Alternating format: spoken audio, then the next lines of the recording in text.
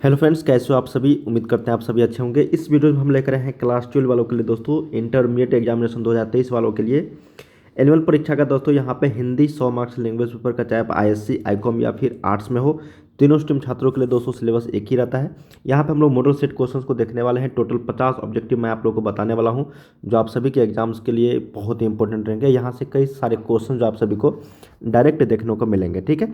तो वीडियो को अंत तक जरूर देखिएगा दोस्तों, एक एक प्रश्न इंपॉर्टेंट रहेंगे यहाँ पे।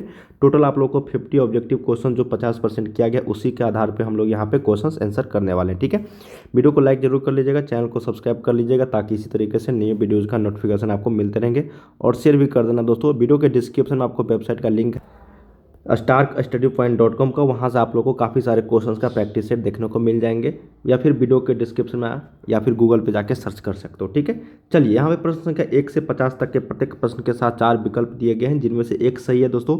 अपने द्वारा चुने गए सही विकल्प को OMR शीट पर चिन्हित करना है, ठीक है। गोला लगाना है आप लोगों को, ठीक है। 4 ऑप्शन दिए जाएंगे, जैसे ए ऑप्शन सही है तो इस तरीके से आपको गोला लगाना रहता है, OMR शीट देखने को मिलेंगे।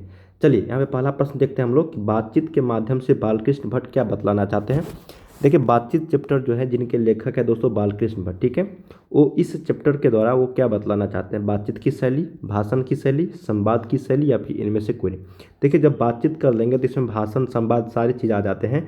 तो वो बताना चाहते हैं दोस्तों एक बातचीत की शैली, ठीक है। तो ऑप्शन नंबर यहाँ पे क्या हो जाएगा, एक का एक करेक्ट हो जाएगी। अगला प्रश्न है दोस्तों कि गद्य का विकास किस काल में हुआ। गद्य का विकास, ठीक, गद्य और पद्य होता है ना, तो ये किस काल में हुआ। आदिकाल, भक्ति काल, रीति काल, आधुनिक काल। तो सही उत्तर हो जाएगा दोस्तों, क्योंकि भक्ति काल में तो भक्ति गाया जाता था दोस्तों इस तरीके से, और आदिकाल तो बहुत पहले की बात आ गया। तो ये आधुनिक काल में गद्य का विकास हुआ, ठीक है। पहले आप लोग जानते होंगे चौपाया लिखा जाता था ना, रामायण सब में देखते होंगे संस्कृत में श्लोक लिखा जाता था। लेकिन गद्य जो है दोस्तों, ये कहानी तरह के है ना, कहानी टाइप के, इसका विकास आधुनिक काल में हुआ। तो सही उत्तर यहाँ पे 2 का डी करेक्ट हो जाएगी, ठीक है। ये बुक से क्वेश्चन था। चलिए, थर्ड नंबर क्वेश्चन देखते हैं कि जयप्रकाश नारायण का जन्म कहाँ हुआ था।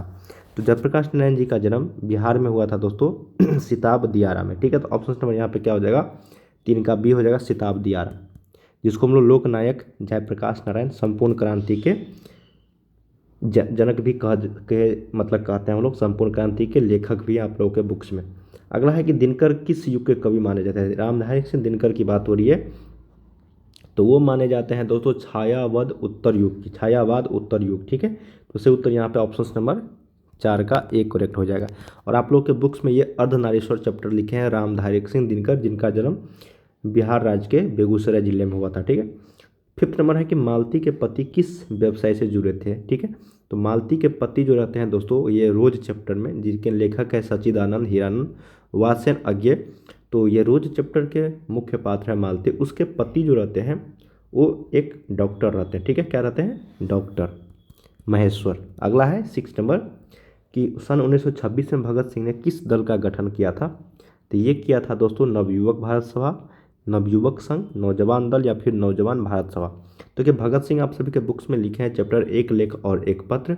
और 1926 ईस्वी में इन्होंने एक मतलब गठन किया था दल का दोस्तों, जिनका नाम था नौजवान भारत सभा। क्या था, नौजवान भारत सभा।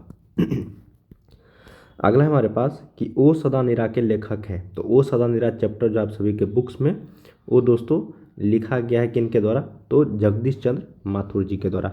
ये आप लोगों का गद्य खंड है, ठीक है ना, गद्य खंड के ये लेखक है ओ सदानीरा।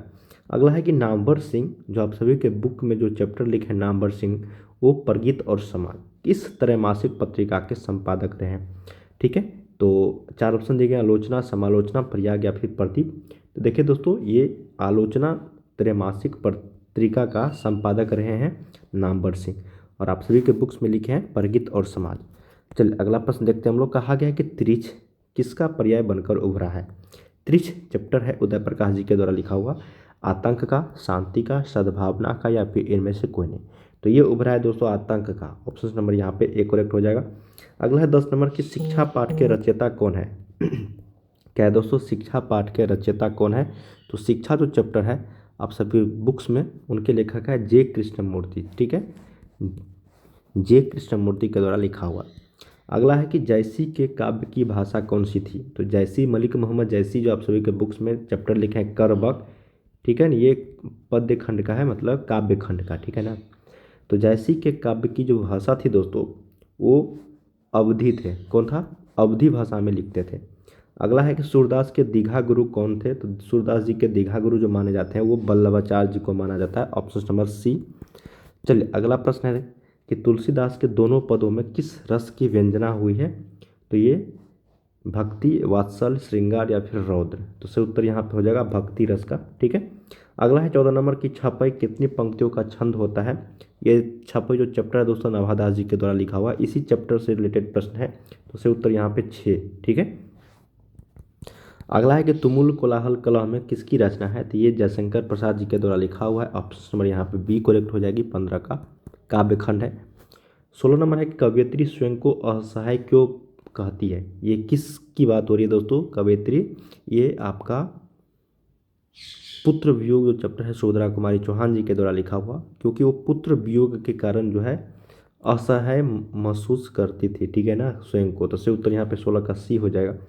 17 है कि उषा का जादूगर निम्नलिखित में से कब टूटने लगता है? तो उषा जो चैप्टर है दोस्तों शमशेर बहादुर सिंह के द्वारा लिखा हुआ, इसी चैप्टर से रिलेटेड प्रश्न है। तो सही उत्तर यहाँ पे 17 का ये हो जाएगा सूर्योदय होने पर। अगला जो प्रश्न है हमारे पास कि अधिनायक कौन है? तो अधिनायक जो होते हैं दोस्तों वो सत्ताधारी वर्ग होते हैं। तो सही उत्तर यहाँ पे ऑप्शन नंबर ए हो जाएगा। अधिनायक चैप्टर भी है रघुवीर साय जी के द्वारा लिखा हुआ, इसी से रिलेटेड ये प्रश्न है। 19 नंबर है कि प्यारे नन्हे बेटे को जो चैप्टर है काव्यखंड कविता, ये विनोद कुमार शुक्ल जी के द्वारा लिखा हुआ है। किस शैली में लिखी गई है? तो ये लिखा गया आपका वार्तालाप शैली में। तो सही उत्तर यहाँ पे 19 का ए। चलिए 20 नंबर देखते हैं कि गांव में अब किसकी धुनें सुनाई नहीं पड़ती है? तो गांव में जो है दोस्तों अब जो सुनाई नहीं पड़ती है वो लोकगीत की। तो सही उत्तर यहाँ पे ऑप्शन नंबर ए हो जाएगा। अब देखिए 1 से 20 तक आप सभी का बुक से रिलेटेड थे, अब यहाँ से व्याकरण से रिलेटेड प्रश्न आने लगेंगे। धर्मात्मा का संधि विच्छेद धर्म जोड़ आत्मा हो जाएगा, धर्मात्मा। न्यायाधीश का संधि विच्छेद न्याय जोड़ अधीश या फिर न्याय जोड़ धीश क्या हो जाएगा दोस्तों? न्याय जोड़ अधीश न्यायाधीश हो जाएगा। Option number A. अगला है कि पंचानन का संधि विच्छेद क्या होगा? तो पंच जोड़ आनन या फिर क्या हो जाएगा दोस्तों? पंच जोड़ आनन पंचानन। तो इसका सही उत्तर ऑप्शन नंबर सी हो जाएगा, पंच जोड़ आनन पंचानन। ठीक है, ये सही संधि विच्छेद इसका हो जाएगा। अगला है कि शुभारंभ का संधि विच्छेद क्या होगा? शुभ जोड़ आरंभ शुभारंभ। ठीक है ना, शुभ जोड़ आरंभ शुभारंभ 24 का डी। नमस्कार का संधि विच्छेद नमः जोड़ कार। ऑप्शन नंबर यहाँ पे एक। कई सारे क्वेश्चंस इस तरीके का आप लोग किए होंगे। अब बेइज्जत में कौन सा उपसर्ग है? देखिए उपसर्ग जो शुरू में लगता है और पढ़ते जो लास्ट में। तो बेइज्जत में बे उपसर्ग है, बे। ठीक है। गैर हाजिरी में कौन सा उपसर्ग है? तो गैर। सही उत्तर ऑप्शन नंबर ए हो जाएगा 27 का। अब उठल्लू में कौन सा पढ़ते हैं? उठल्लू। तो उठल्लू में जो दोस्तों पढ़ते हैं वो आपका हो जाएगा यहाँ पे लू पढ़ते हैं। क्या हो जाएगा? लू पढ़ते। अब देखिए यहाँ पे हंसोर में कौन सा पढ़ते हैं? हंसोर में। तो हंसोर में यहाँ पे क्या पढ़ते हो जाएगा दोस्तों? ओर पढ़ते हो जाएगा। क्या हो जाएगा? ओर पढ़ते। ठीक है, न कि और। यहाँ पे ओ लगा हुआ है तो ओर पढ़ते। गगनचुंबी चुंबी में कौन सा समास है? देखिए अब गगनचुंबी हम लोग किसको बोलते हैं दोस्तों? जिसका मीनिंग जो है ना दूसरे अर्थ में कुछ और निकल जाता है उसको हम लोग बहुव्रीहि समास के नाम से जानते हैं ना। तो गगनचुंबी, जिसका गगनचुंबी हो। तो सही उत्तर यहाँ पे ऑप्शन नंबर क्या हो जाएगा दोस्तों? 30 का।